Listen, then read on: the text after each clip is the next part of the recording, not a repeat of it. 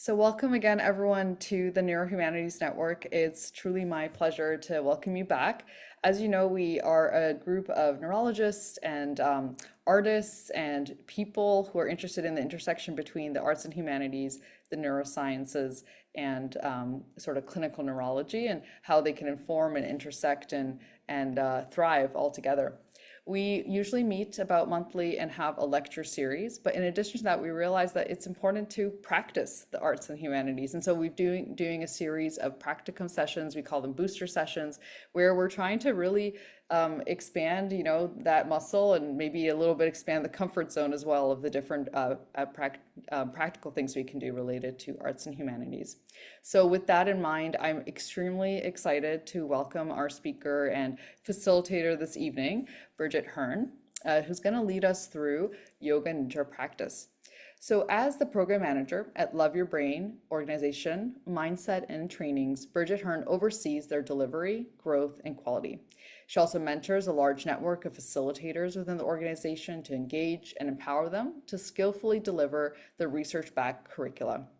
She has a bachelor's degree in psychology and an ERYT 500. Bridget, you have to tell us what that means. In addition to teaching yoga since 2015, Bridget has extensive experience in developing yoga teacher training curricula, as well as facilitating training programs. Holds advanced certifications in trauma-informed teaching, iRest Yoga Nidra, and Yin and restorative yoga. With a profound belief in the transformative power of yoga, she's dedicated to cultivating inclusive environments that embrace individuals of diverse backgrounds.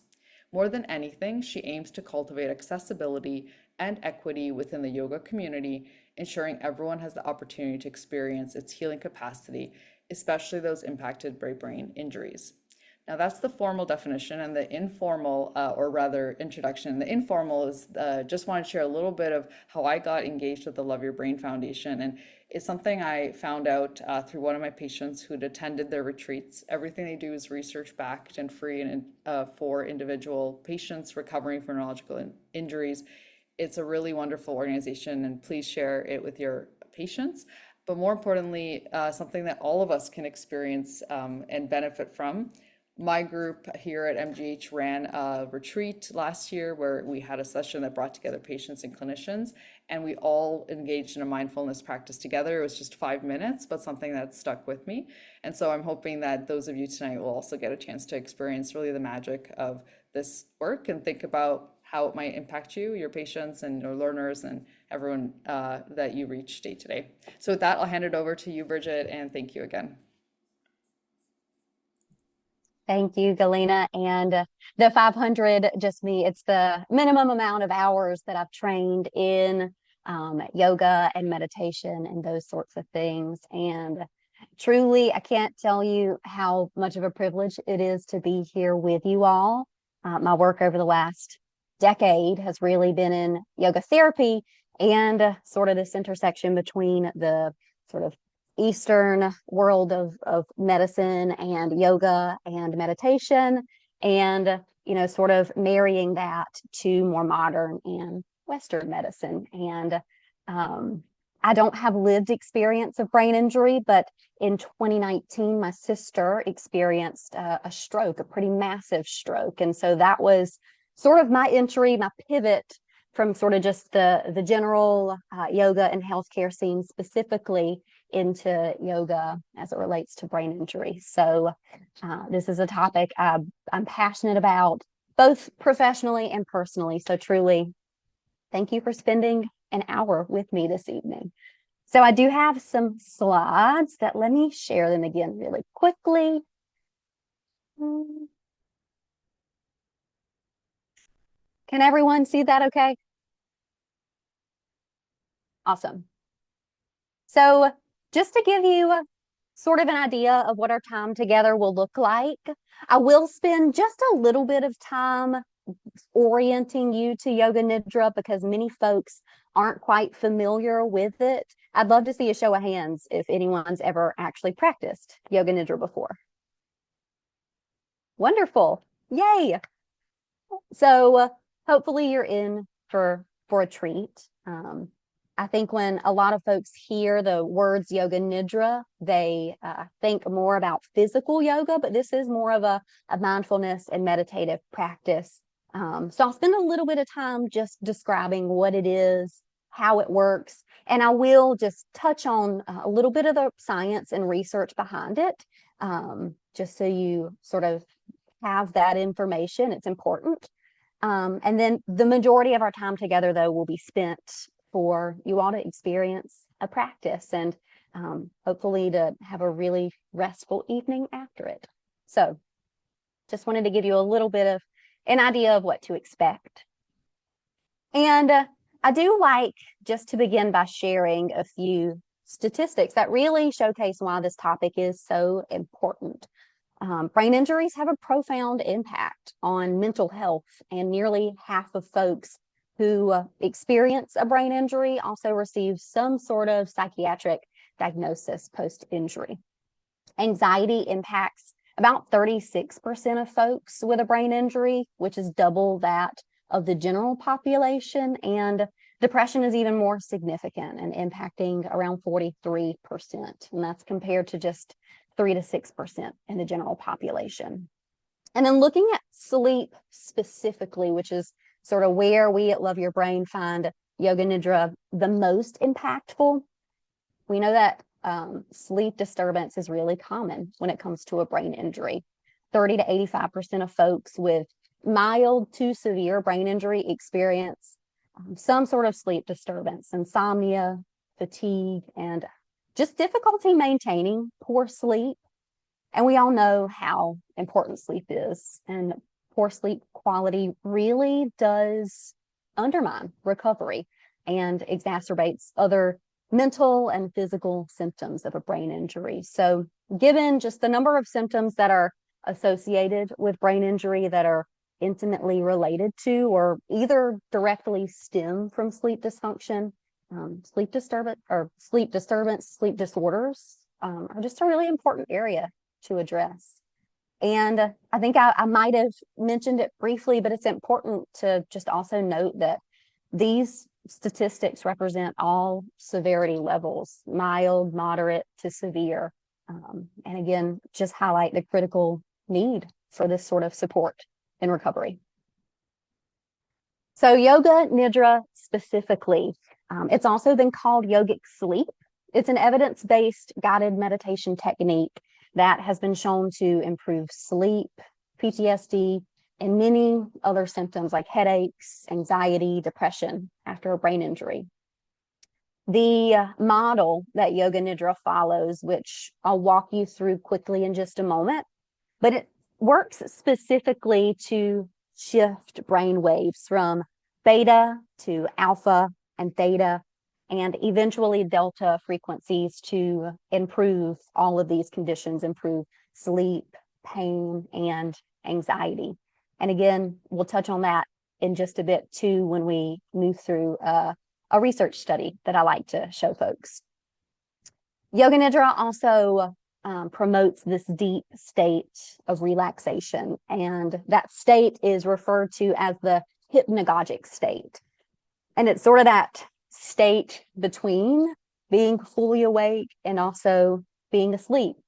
And that specifically is really what sets yoga nidra apart from any other form of a mindfulness meditation.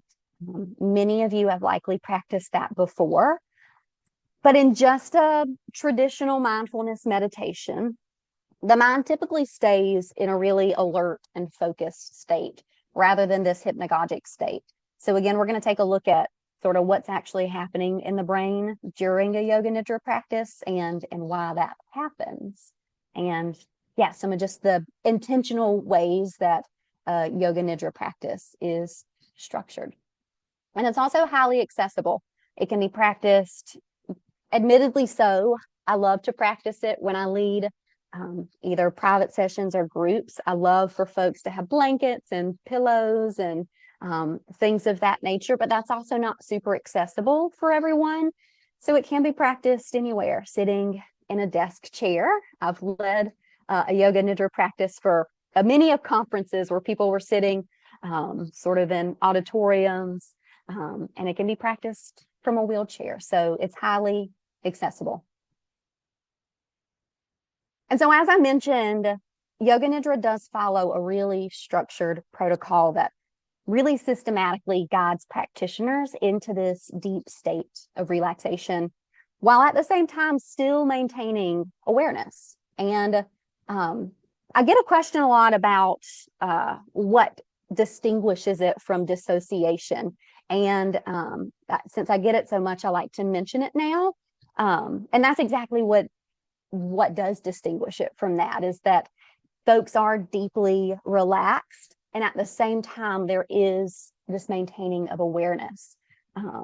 Dissociation usually is more of an involuntary response to stress or trauma, usually leads to a person detaching and disconnecting, while Yoga Nidra is this really intentional practice that promotes both deep relaxation and a conscious awareness.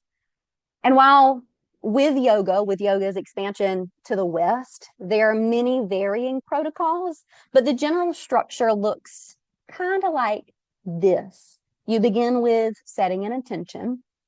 We'll discuss this just a bit more in a moment because it's a really important step. And this really serves as the anchor throughout the practice. Then we walk folks through the process of identifying an inner resource, usually some image or something that promotes a personal sense of safety or ease that often some challenging emotions can arise. And so if and when that happens, an inner resource is something that folks can return to. After that, attention moves through a body scan, some breath awareness to help regulate the nervous system. And then as the practice continues, you're guided through some different prompts to observe emotions and thoughts, more with openness and curiosity. So learning neither to suppress these emotions or thoughts or cling to them, rather allowing them to coexist and creating a space for just being in open awareness without any sort of judgment. So you don't need to remember this protocol. I'm going to guide you through it fully in just a bit, but it's nice to sort of lay it out just to really emphasize again that there is a really intentional and specific structure to this practice. And just touching on a couple of the specific benefits for Yoga Nidra. We know that for folks who've experienced a brain injury, negative thought patterns can become really deep and unconscious. And so they happen without someone even trying to think them. So folks get stuck in this loop of feeling like no one cares, feeling hopeless, and feeling like something's wrong with them. And all of this only exacerbates symptoms. And some of you, all of you, are likely familiar with neuroplasticity. So essentially the brain's ability to adapt and reorganize and form new connections. And I'll speak through the lens of yoga therapy because that's my specialty. And in yoga therapy, the idea of neuroplasticity is explained by what's called a samskara. And a samskara is the mental imprint that your mind receives through thoughts and actions. And so each time we have a thought and we return to it, it just reinforces the corresponding neural pathways of the brain, reinforces that groove that's created through that thought or action. And obviously, this can be positive. But when we're talking about these negative thought patterns that typically accompany a brain injury, these habitual and recurring thoughts are really only being strengthened and reinforced. So the power of Yoga Nidra is that we can interrupt these negative thought patterns and create new and more helpful ways of thinking. Excuse me, I have a little tickle in my throat. So we do this through planting new seeds with our intention. During the practice of Yoga Nidra, we work to withdraw energy and attention from where we don't want it to go, and we direct it to where we do want it to go. When we're fully alert and awake, our mind is sort of, it's like really firm soil, and it's difficult to kind of get in there and create new ways of thinking. So during a Yoga Nidra practice, when we do sort of enter this hypnagogic state, the brain and the mind are really malleable, like a really rich soil. If you're a gardener, maybe that resonates with you. But when the mind is in this state, we can plant new seeds through positive intentions. And there's a really great author actually that says you can't solve a problem with the same mind that created it. And what the conscious mind wishes, the unconscious mind has the power to wipe away. So by planting this new seed of intention really deeper into the subconscious minds, it just helps it take root more deeply.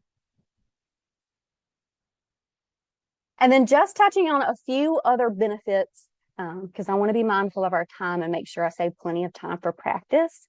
Some of the other benefits of Yoga Nidra include decreasing anxiety and stress and relieving symptoms of depression. And it does this by directly influencing the body's neurochemistry, promoting the release of calming neurotransmitters like GABA, melatonin, the feel-good neurotransmitters.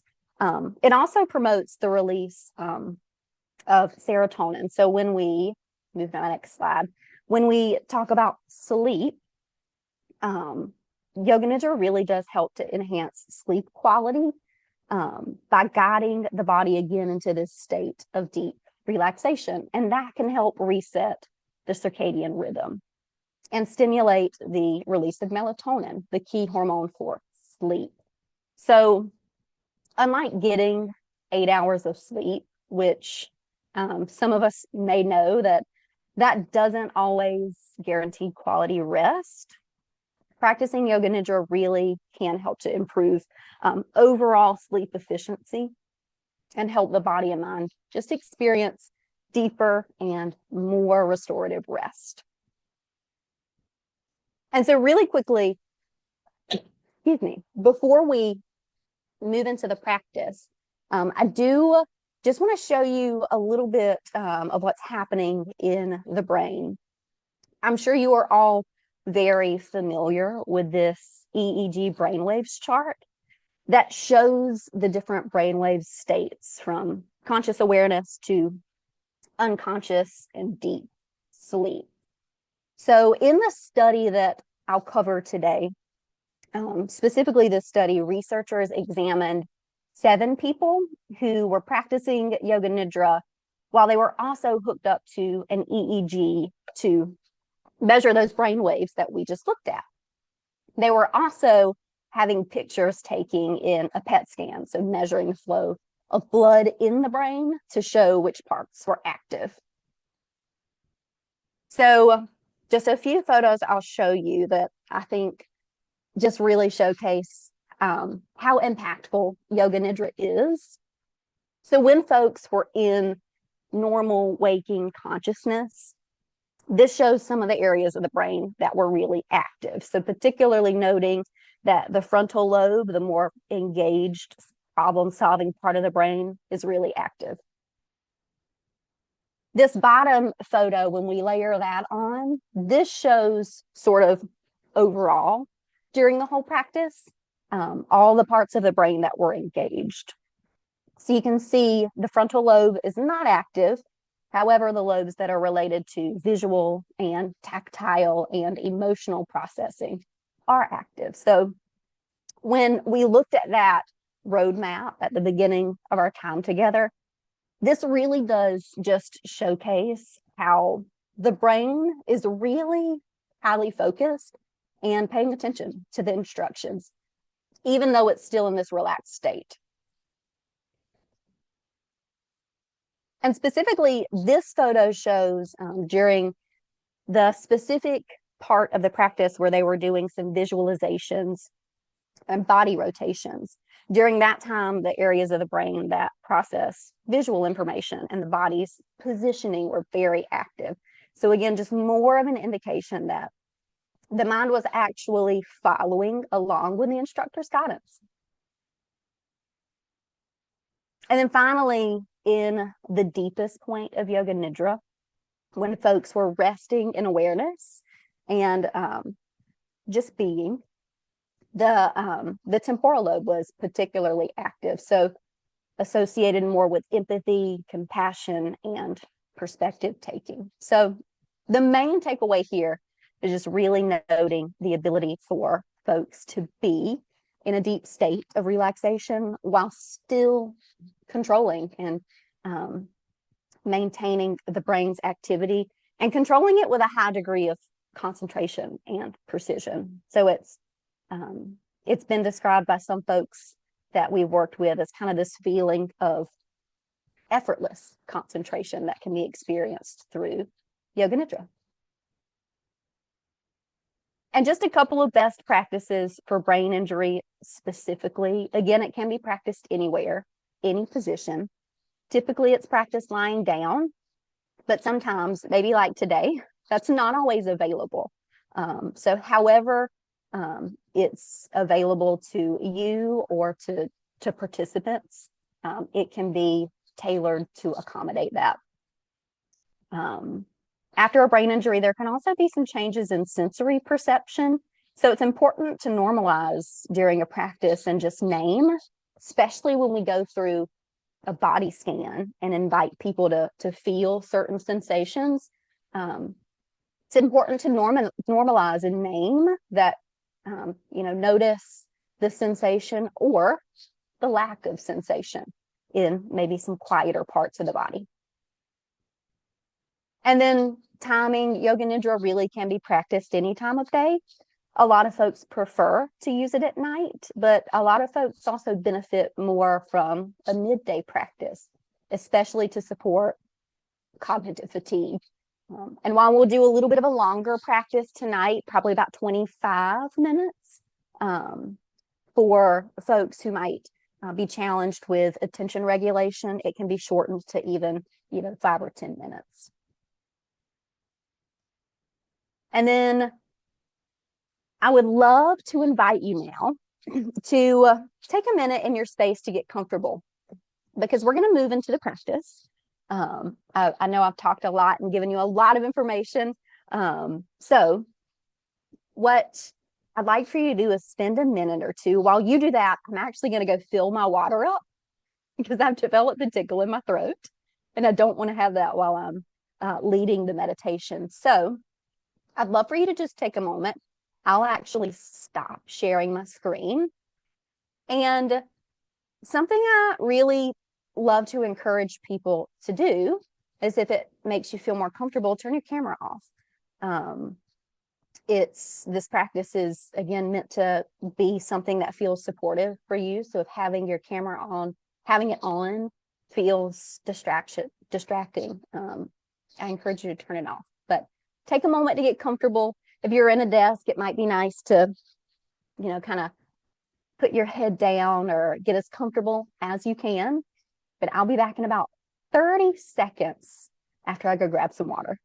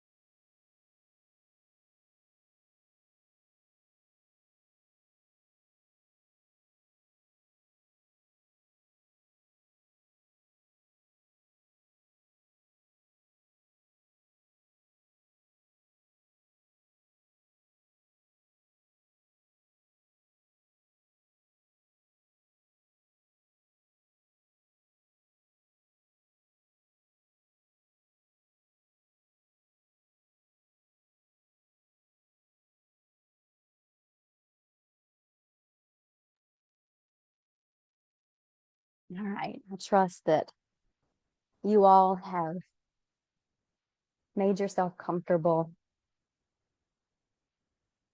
I'm glad to see that several of you took the invitation to turn your cameras off. It always feels good when folks do what they need to support themselves. So just take another moment to notice if there's anything at all you can do to adjust yourself or to make yourself just 5% more comfortable.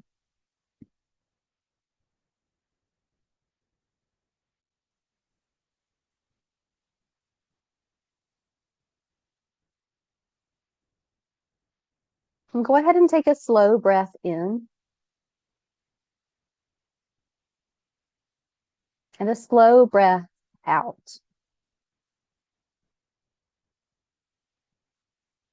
And once again, breathe in fully and exhale to release.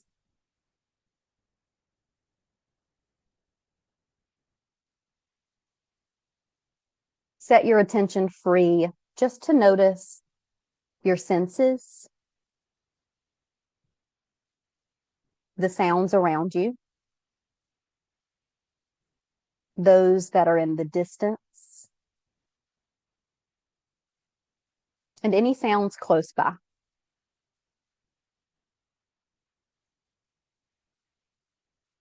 And if you haven't already and you'd like to, I invite you to close your eyes.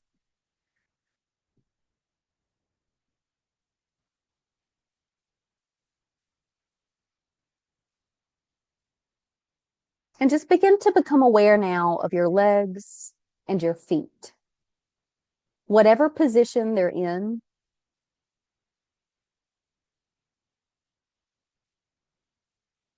sense your legs, sense your feet.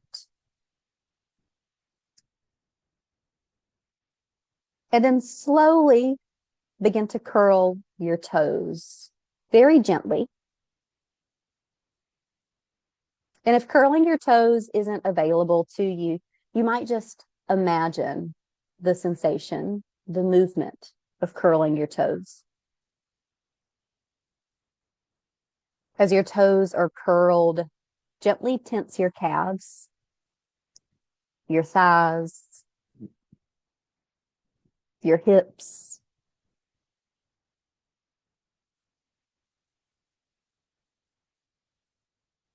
Notice if you've started holding your breath. And if so, see if you can allow your breath to flow freely. And take a deep breath in, gathering this effort. And as you exhale, let your legs release completely. Your toes, your calves, your thighs, your hips. Feel the legs and the lower body heavy as all of the effort drains away.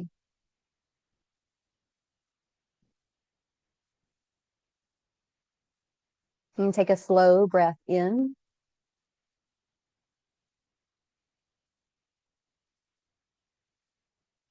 And an easy breath out.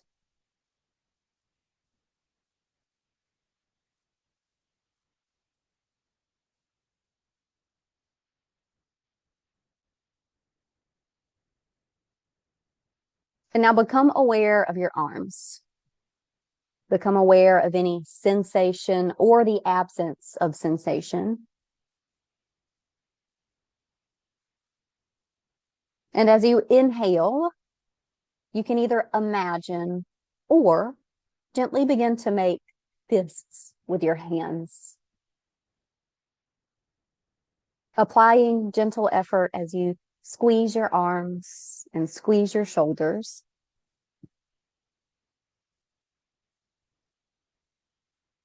And being aware of this effort as you breathe in. And as you exhale, release all of the effort through your arms.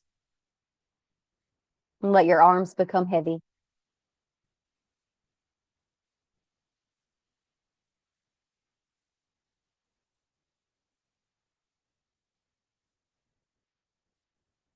And now bring your whole body into awareness.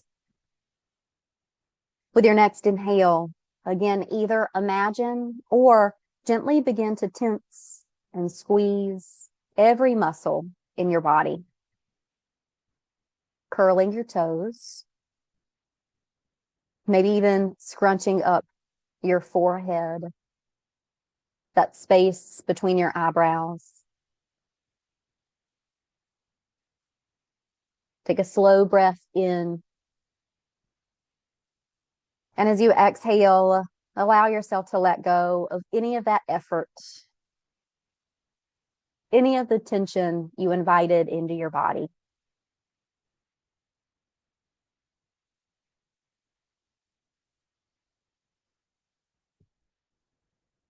And from this place of stillness, I invite you to allow yourself to receive an intention for your practice this evening. A simple statement, a statement made in the present tense. There might be a belief you're working to reframe or shift, and that can be around your health. It can simply be a wish for more peace. So your intention might be, I am healthy, or I am peaceful.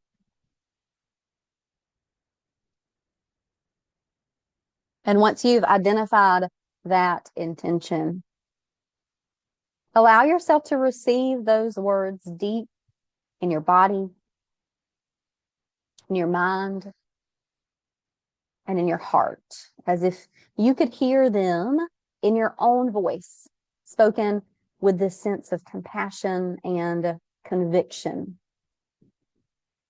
Just allow yourself to repeat that intention 3 more times to yourself. And I invite you to consider that even if you don't completely feel this way now, through this practice and through this work, you're planting a seed deep in your mind that will help it become true.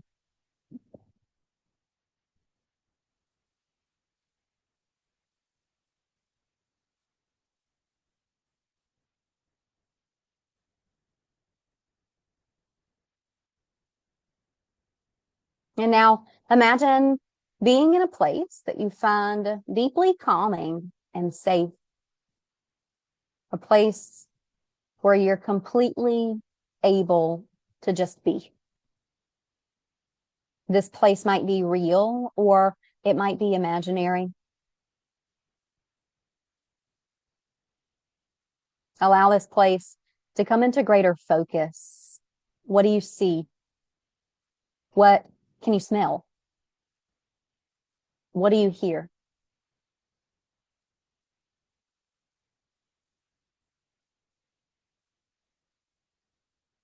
And know that this calming and safe place that you've created in your mind, this inner resource, is here for you at all times as a pathway to feeling at ease, a source of being and well-being that you can revisit, not just during this practice, but at any time.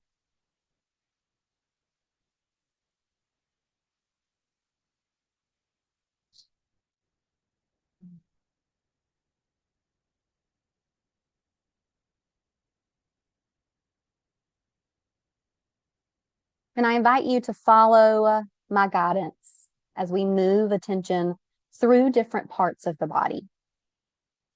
And you can remain still. There's nothing to change, nothing to force.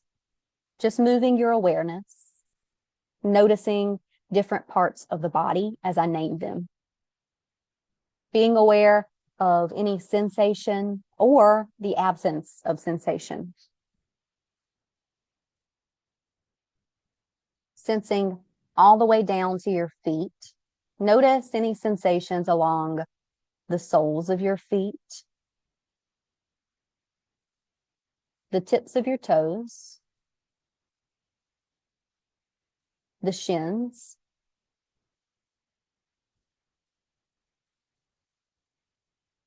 notice the tops of your knees,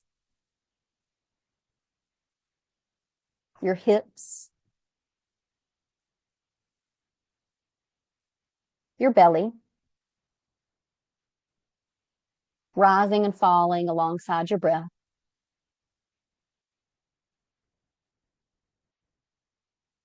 Notice your chest, your throat, the tops of your shoulders, your palms, your fingertips.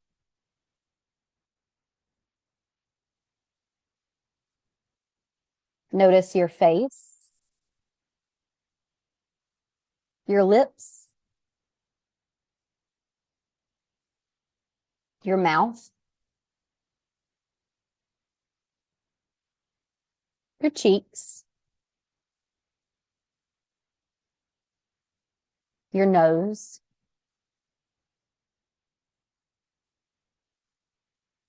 eyes,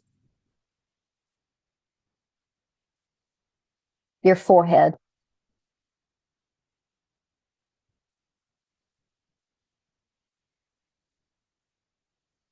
Now sense the back of your head,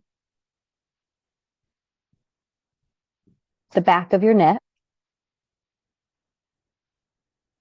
your shoulder blades, your elbows,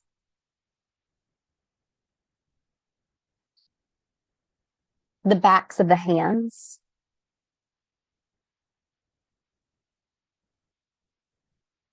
your upper back, your lower back, your seat,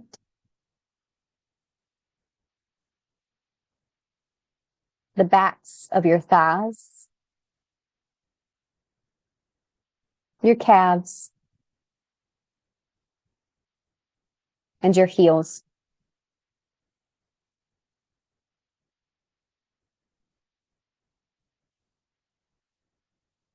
And sense your whole body from the top of your head to the tips of your toes, your whole body at ease. And there's nothing to fix and nothing to improve.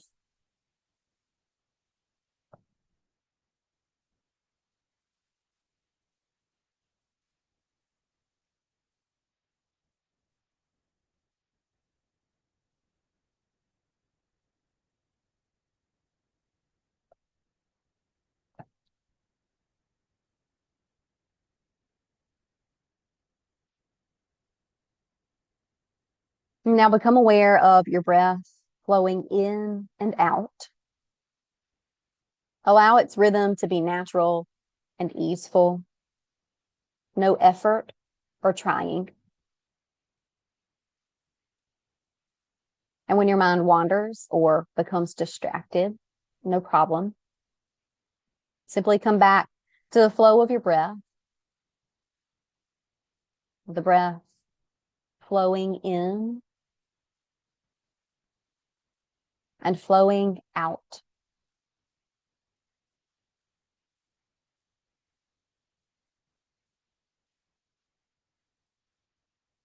And perhaps as your attention rests on your breath, notice if, without force, the breath naturally begins to deepen.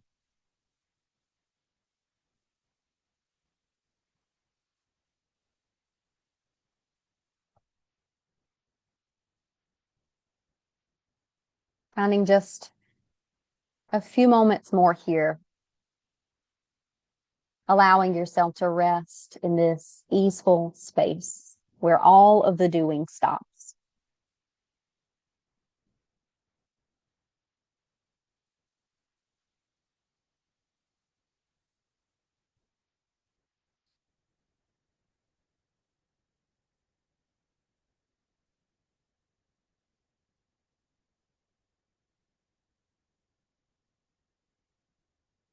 and begin to sense and welcome any feelings of heaviness in your body. Feel the natural weight of your entire body. With each exhale, feel your body grow heavier, as if you could sink even deeper into the support beneath you. Your feet are heavy. Your arms are heavy. Your head is heavy. And feel this sensation with curiosity and openness, not as good or bad, just as sensation.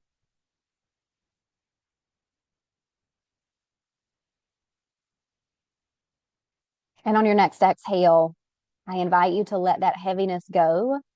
Let it dissolve away. And as you do, begin to imagine and feel your whole body growing light and buoyant, like a cloud. Welcome this feeling of lightness through your whole body, as if you were made up of only air, spacious and free. Your head is light. Your arms are light. Your legs are light. Again, welcoming this feeling of lightness with curiosity and openness, not as good or bad, just sensation.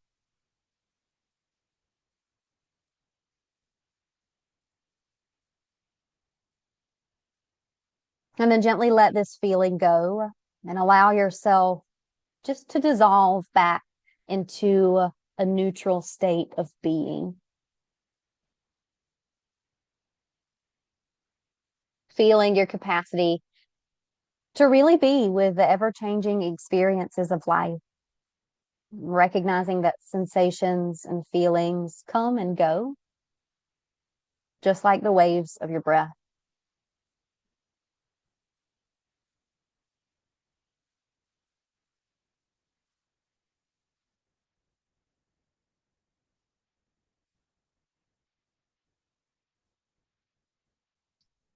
You'll begin to sense your body as it just rests.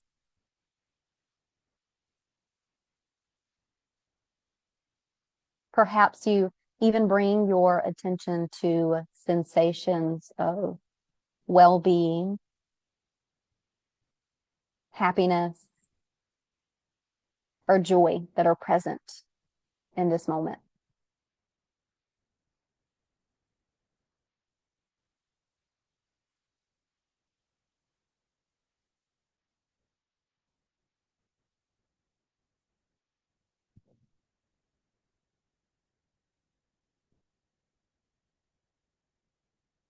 Perhaps you even sense an inner smile curling along your lips. And you might feel that smile spreading to the corners of your eyes, the corners of your heart.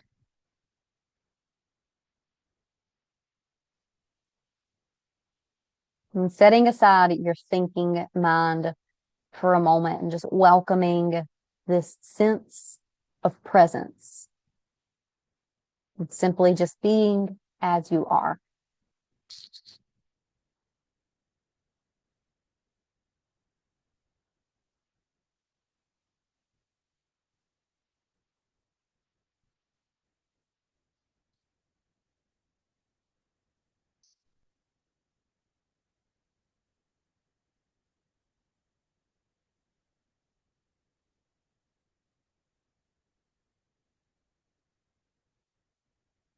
And from this place of just being exactly as you are, allow yourself to receive one more time that intention you set at the beginning of this practice. And again, as if you could hear those words in your own voice, spoken with both compassion and conviction.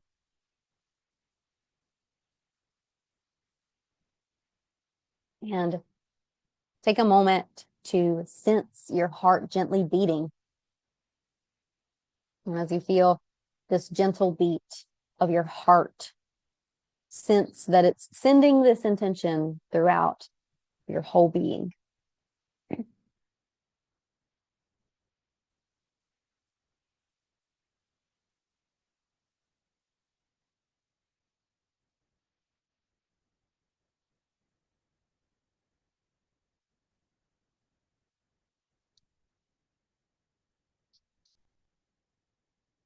And become aware of your body resting. Become aware of your breath gently gliding in and out of your body. As you start to reorient to the space around you, you might imagine the walls, the ceiling, and sense and feel whatever support is beneath you and holding you here.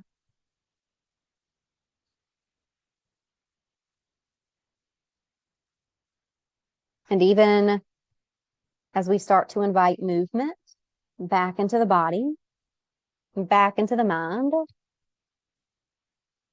know and feel that there's always this backdrop of steadiness that's holding you, that's behind the sound and behind the feelings and emotions. And imagine what it would be like to go about your day with an awareness of this inner steadiness that always exists, even in times of intensity.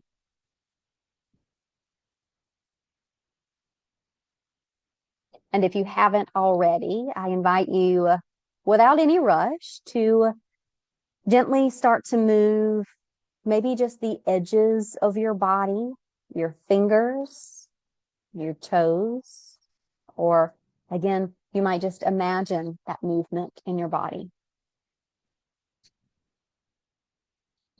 Gently sliding your jaw from side to side.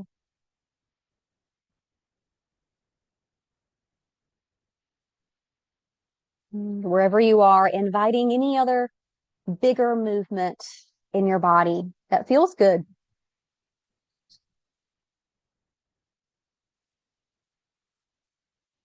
And taking a moment just to sense the possibility of offering some sort of appreciation to yourself for taking the time to explore this practice, and appreciation to the group for coming together to really, for the purpose of nourishing ourselves and each other through rest.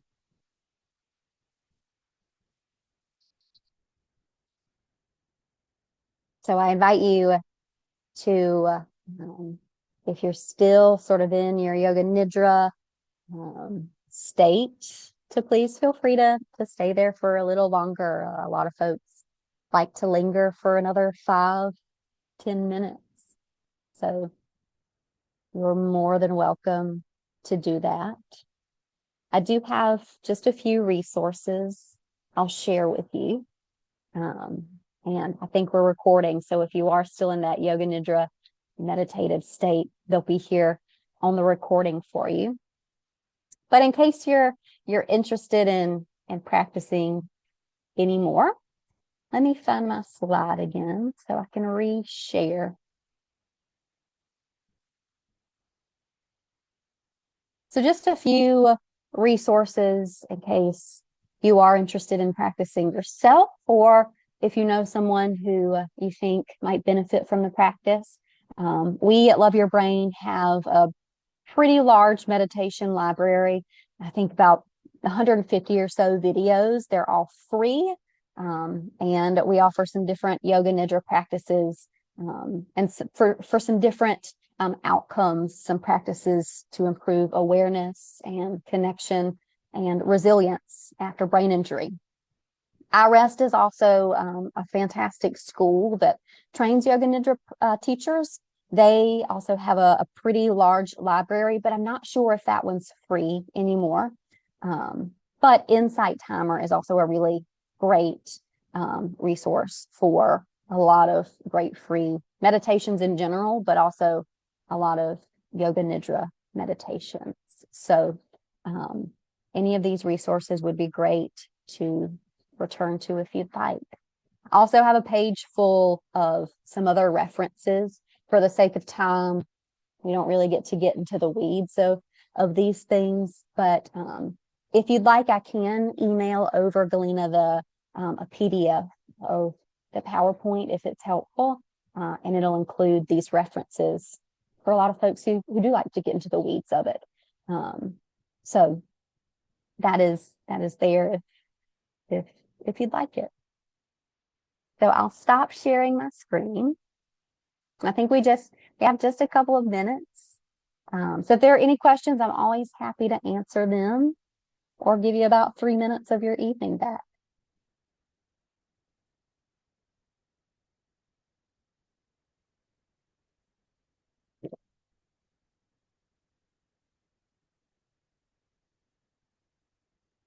Yes, I see your chat, Kalina. I'll send you the slides. And yeah, that way you'll have them as a resource. So a lot of these references are actually really great to dive into, and when I'm at conferences, have the time for it. So if it's piqued your interest, I encourage you to look through those. And yeah, I'll email those over this evening.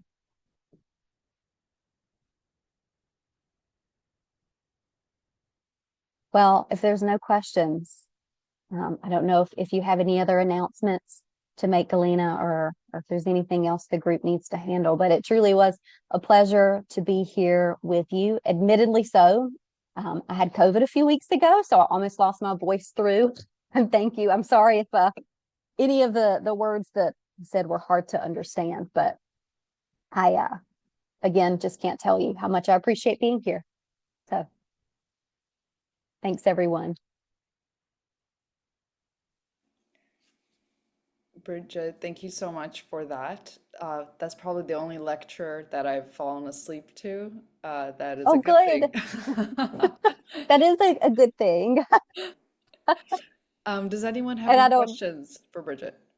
Or please, sorry, go ahead.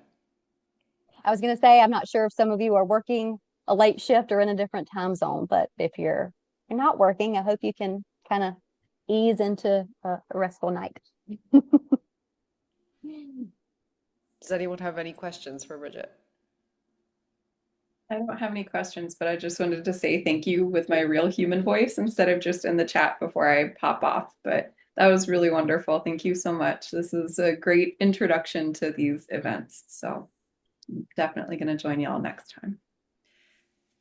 Thanks, Thank Haley. you. And with that, I'll just make a quick announcement before we go into Q&A in case others are dropping off, that our next event is actually on the sooner side, June 18th, that night from 8 to 9. We're going to have a special internal event where one of our own founders, Mattia Rosso, movement fellow at Yale, will be giving the lecture. So stay tuned for TikTok talks, TikTok ticks, and dance trances, and all kinds of interesting phenomena in movement disorders and I guess, infectiousness of them. So please join us on the 18th and check out our website for any information. Reach out to us, let us know what you thought of this, and if you want other programming like this, we have a little feedback form afterwards. And yeah, spread the word. And Bridget, thank you again, truly, for just a wonderful, wonderful way to ease into the night. Thank you.